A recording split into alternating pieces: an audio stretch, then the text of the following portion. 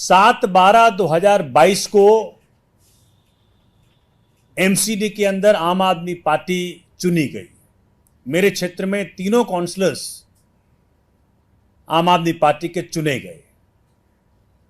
सपना है, केजरीवाल जी का वादा है दिल्ली को कि दिल्ली विश्व का सबसे स्वच्छ शहर बनेगा। उस दिशा में काम शुरू हुआ, लेकिन देखने में क्या आ रहा है, भाजपा की हरकत वो हो गई है कि जी चूंकि आपने मुझे नहीं दिया तो हम आपको करने नहीं देंगे। ऐसे कई इलाके हैं पूरे विधानसभा, मालवीय विधानसभा के अंदर, जहां के अचानक दिखने लगा कि जी यहां भी कूड़ा, यहां भी कूड़ा, यहां मलबा, वहां मलबा।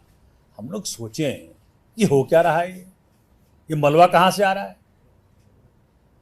चूंकि क्षेत्र के लोग कहने लगे, सोमनाथ जी आपके कहने पे आपके पार्षदों को बनाया, अरविंद जी कहने पे आपके पार्षदों को बनाया। तो जो सपने थे, जो सपना दिखाया दिल्ली को हमने कि एमसीडी के जरिए विश्व का सबसे स्वच्छ शहर दिल्ली बनाएंगे, उस सपनों पर सवाल उठने लगा। तो हम बड़े असमंजस में थे कि हो क्या रहा है, ये कौन कर रहा है, क्यों हो रहा है, कौन इस प्रकार से अपना उल्लू सीधा करना चाहता है। तो हम एमसीडी डीसी के पास गए।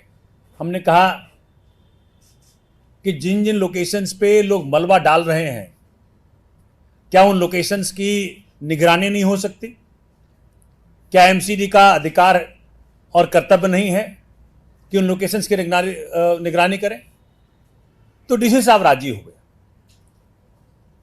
लीना जी और हम, मेरे पार्षद और कमल जी और सरिता जी, हम सब गए कि जी पूरे क्षेत्र में, चूंकि हम तीनों पार्षद, हमारे तीनों पार्षद सोमनाथ भारती के एक ही मंशा है, हम शुद्ध रूपेण केजरीवाल जी के सपनों को साकार करने के लिए मालवीय विधानसभा क्षेत्र के अंदर काम कर रहे हैं।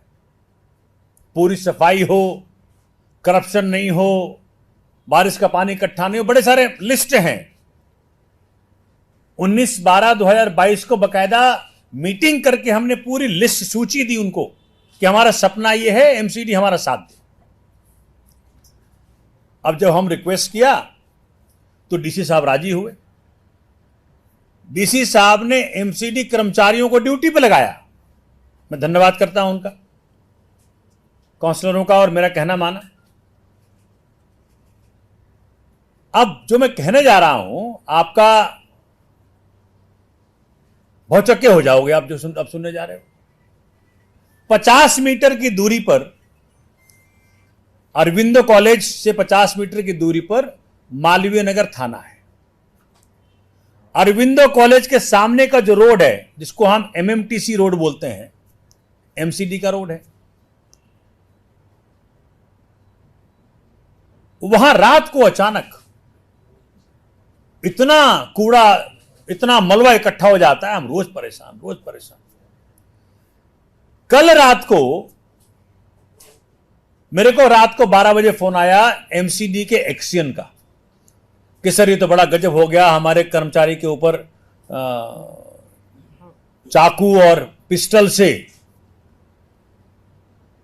हमला करने का प्रयत्न किया गया है। मैं दौड़ा, क्योंकि मैं रात को जगता हूं, मैं काफी लेट तक जगह रहता हूं, तो जनता का फोन उठाता रहता हूं। जब मैं दौड़ा वहां, तो जो एमसीडी का कर्मचारी है वो बिल्कुल कप रहा था। कहा कि साहब ये मेरे घर में बच्चे हैं, मेरा परिवार है, ये चाकू और रिवॉल्वर के लिए थोड़ी हम यहां पे ड्यूटी देने आए हैं। मैंने पुलिस को बुलाया, पुलिस आई, एसएचओ आए, सब कोई आया। जो मलबा गिराने वाला ट्रक आया वहां पे, जिसको एमसीडी का कर्मचारी ने कहा कि भाई तुम गिरा नहीं सकते मलबा यहां पर, तो वो कहते तू कौन होता रोकने वाला? कहा कि भाई एमसीडी कर्मचारी हूं मैं। तो पीछे से 2 कार से लोग आए हैं। मतलब देखिए प्रोटेक्शन कहां से प्राप्त है, ट्रक से मलबा लेके आया है, 2 कार से लोग आए हैं साथ में, और वो कह रहा है कि भाई तू कैसे रोक सकता है इसको? वो कहा भाई मैं एमसीडी कर्मचारी हूं, मुझे ड्यूटी दी गई रोकने के लिए। तो कहा हम तो गिराएंगे। तो जैसे गिराने लगा वो, इससे वीडियो, अपना कैमरा निकाली, वीडियो बनाने लगा। उसी वक्त चाकू निकाला, एक ने पिस्टल निकाला, बोला तेरी इसी तैसी कर दूंगा, अभी यही खत्म कर दूंगा तुम्हें। अब बताइए, 50 मीटर की दूरी पर, थाने से 50 मीटर की दूरी पर किसी की इतनी हिम्मत है दिल्ली में कि एमसीडी कर्मचारी को उसके ड्यूटी करने की, जो उसको ड्यूटी मिली है उसको रोकने के लिए चाकू दिखाए और पिस्टल दिखाए। वो डर गया, कप गया। मैं ये कहना चाहता हूं आपको आपके जरिए कि राजनीतिक कारणों से जब से एमसीडी में आम आदमी पार्टी आई है, क्योंकि जनता ने उनको नहीं चुना, भाजपा को, कांग्रेस को, तो इन्होंने ठान ली कि ना तो तुमको करने देंगे ना हम करेंगे। तो आज आपके माध्यम से भाजपा के साथियों को कहना चाहता हूं और राजनीतिक लोगों को कहना चाहता हूं कि भैया, मेरी पार्षद और मैं दोनों मिलके, तीनों पार्षद और मैं चारों मिलके हाथ जोड़ के विनती करना चाहता हूं, भाई साहब, बहन जी, जो कोई भी हो, दिल्ली की सफाई हम सबकी जिम्मेदारी है।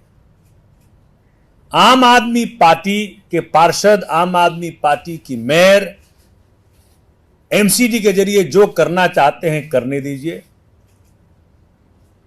कम से कम इस प्रकार की हरकत तो मत करिए कि भैया आप हमारे कर्मचारियों को चाकू और पिस्टल दिखाओगे और इतनी हिम्मत 50 मीटर की दूरी पे कर रहे हो थाने से। मैंने पुलिस को भी कहा है साफ साफ कि भैया पूरा सीसीटीवी खंगालो, पता करो किसकी इतनी हिम्मत है।